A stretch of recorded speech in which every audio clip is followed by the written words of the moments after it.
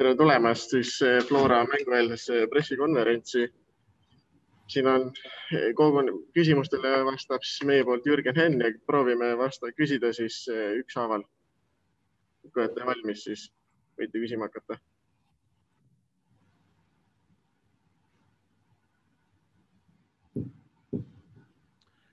Tere Jürgen, alustuseks, kuidas meeste tervis on, kas kõik on valmis mängima homme või kes vigastusega väljas on?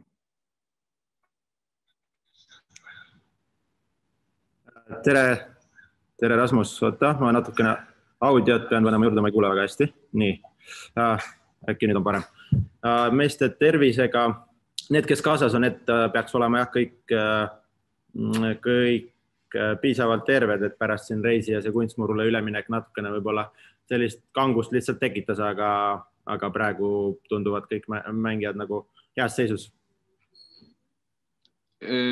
Vigastusega väljas Rauno Allik oli juba eelmine mäng, kas keegi vahepeal on midagi veel juhtunud või kõik ülejäänud mehed on samad? Ei, ülejäänud koosseis on sama. Saad sa siis kiirelt öelda, kuidas Alliku seis on ka, kas on juba operatsioonil käinud ja nii edasi?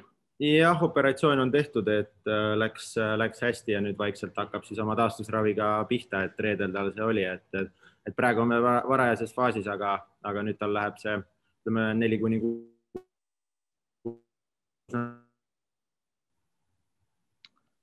No ma jätkan siis, räägime homsest mängust ka, mida nagu oodata on, milline Malta klubi võiks olla oma kodus versus sellega, milline ta oli Tallinnas, milleks te valmistate?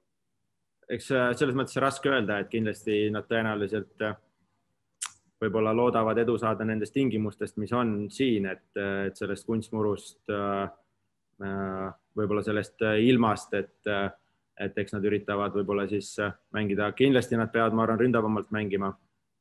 Et eks ole näha, kuidas see siis avaldub, et kas nad pressivad meid kõrgemalt, mängivad võib-olla sirgjoonelisemalt, kuigi nad on selline tehniline meeskond, siis ütleme, täpselt on nagu raske prognoosida ja eks me peame siin 2-3 stsenaariumiks nagu valmis olema. Ise üritame keskenduda nagu rohkem enda mängule ja teha kõik siis endast oleneva, et me oleks võimalikult hästi nagu valmis. Tere Jürgen, minu poolt ka. Ma ei tea, kas sa kuuled mind? Kuulen. Eelmise mänguga läks edasi, et tulemus suurepärane saite kätte, aga kindlasti, kui sa vaatasid seda mängu pärast videost üle, siis sa leidsid seal nii head kui ka võib-olla mitte nii head. Mis on see, mis sellest eelmisest mängust analüüsiga selgus sinu jaoks? Ütleme, et võib-olla esimene poolaeg ei olnud võib-olla meie poolt võib-olla päris nii hoogne, ütleme niimoodi, nagu me oleks võib-olla soovinud, aga samas, kui me võib-olla võrdleme nagu eelmiseid aastaid, kus me oleme ka natukene seda kodus pidanud nagu domineerivat rolli nagu mängida. Võrdles, et me oleme nagu väikse sammu edasi teinud, et seda me nagu esimesest poolajast nägime ja teisest poolajast siis pigem suutsime võrreldes esimese poolega sammu nagu või käigu juurde panna, et surusime ikka vastased nagu pigem oma poolele ära ja neile väga nagu võimalusi ei andnud, et loomulikult detaile nagu seal oli, mida me nagu nägime, et kuidas võib-olla rünnakul olla mitmekülgsemad, natukene efektiivsemad olla, aga selge oli ka see, et vastane nagu pani väga palju energiat kaitsesse, nad üritasid väga distsiplineeritult nagu mängida, et ka see omas, ütleme siis, või tuleb ka kiita neid, et nad suutsid meie tegevust päris nagu kõvasti pärssida senikaua, kuni nad nagu jaksasid, aga lõpuks ma arvan, et meie selline võib-olla siis kvaliteet pääses nagu maksusele. Kuidas nädala jooksul kiirete üleminekute lihvimine trennis läinud on? Ma arvan, et korralikult, et nagu ma lubasin, siis neid me natukene nagu harjutasime ja loodame, et see avaldub ja kandub mängu edasi. No te läksite Maltale natukene varem kui võib-olla tavapäraselt. Mis selle nagu selline taust on? Kas otsustasite lihtsalt, et vajate rohkem kohanemisaega või mis selle taga on? Ja suures pildis küll, et alati on võib-olla hea, kui sa lõpuks nendes tingimustes nagu tunned ennast piisavalt võib-olla vabalt või nagu koduselt, et kui liiga lähedale, ma arvan, nagu isiklikult tunnen, et liiga lähedale mängule nagu minna, et siis see uus keskkond võib veidikene nagu ärevust tekitada, pluss kliima on natukene nagu teistsugune, et siis see tuleb nagu kasuks, et lihtsalt selle tõttu. Kas need tingimused, mis teid on seal nii-öelda vastu võtnud, on nad sellisel tasemel, nagu te ootasite või on midagi üllatuslikku ka? Ei, suures pildis üllatuslikku ei ole, et kunstmuru on täitsa korralik, et ta on küll kuiv siin, aga täitsa korralik ja võib-olla isegi nõks parem kui meil Sportlandil, et natukene pehmem ja pall liigub, et selles mõttes siin nagu on sellised tingimused, nagu me ette kujutasime ja olime nagu valmis. No eile oli suur jalgpallipäev ja õhtu, kas vaatasite meeskonnaga koos või igaüks oma tubades? Vaatasime meeskonnaga koos. Ja millised need Flora meeskonna emotsioonid olid siis kogu selle lõpplahenduse peale? Võib-olla domineerisid Soometsa ja Vassiljevi emotsioonid, kes olid Itaalia poolt. Mis homses mängus selline võti on, et te olete eduseisus ja see mäng algab justkui teise poolajana, mitte päris nullist?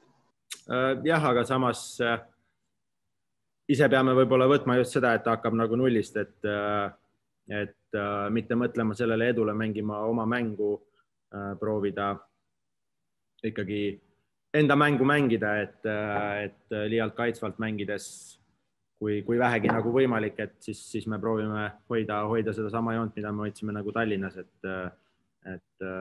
ja need, ütleme siis ohukohad, mida me võib-olla analüüsidest leidsime vastast nagu analüüsides nägime, et nendeks valmis olla ja olla valmis kohanema, ma arvan, vastasega, et nagu euromängudes see on ülitähtis, et kus vastased nii hästi ei tunne, ei tea neid kohalikke tingimusi, kuidas nad kodus võivad erinevateks nende mänguplaanideks, nende stsenaariumiteks, et see on võib-olla võti. Kas penalteid olete ka harjutanud? Veel ei ole.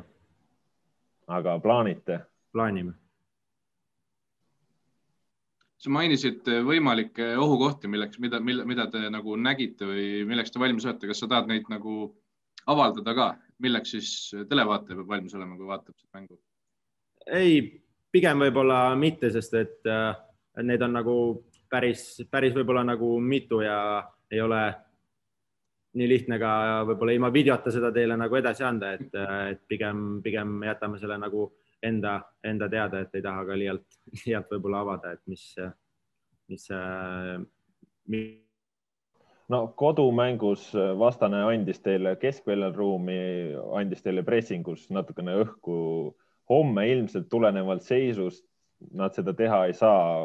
Kas see on ka mingi detail, millele te olete nagu eriti rõhku pannud, et nende mäng saab olema kardinaalselt teistsugune? Jah, see on võib-olla üks asi, milleks me peame nagu valmis olema, et milleks on muidugi väga raske valmis olla, et kuidas täpselt nad nagu oma mängu muudavad, aga nagu sa ütlesid, tõenäoliselt nad peavad ründavamalt tulema, kuna nad vajavad nagu väravaid, et siis üks võimalik variant on, et nad tulevad meid juba varakult kõrgemalt survestama ja selleks me peame olema valmis. Aga kas meeskonna ja su enda enesekindlus on praegu kõrge, heal tasemel, olete usku täis, et homme tasub ka Eesti inimestel Soccernet TV lainele lülitada ja mängu vaadata? Põhjust mitte enesekindlad olla. Minu poolt aitäh sulle ja edu! Aitäh! Kas kellelgi on veel küsimusi? Jaa, tervist! Johannes Rahvusringhäälingust Vikerraadiost, ma loodan, mind on kuulda, Jürgen.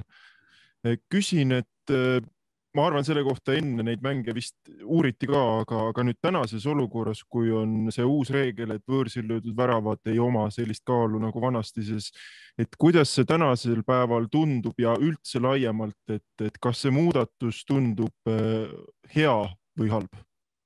Noh, kuidas seda võtta, et nüüd tagantjärgi loomulikult, kui me kodus 2-0 võitsime, nüüd jälle tahaks, et see reegel oleks nagu tagasi, aga teistpidi ta teeb ikkagi mõlemale selles mõttes nagu võrdseks asja, et või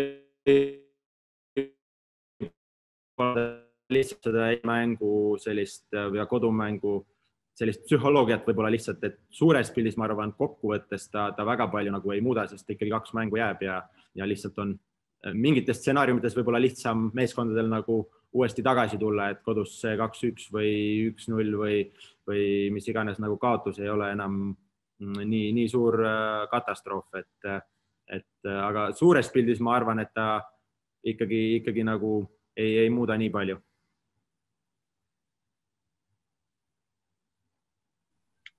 Kas on veel küsimusi kellelgi? Kui ei ole, siis aitäh Jürgen ja aitäh ajakirjanikud. Aitäh. Ja tänud. Kõik head.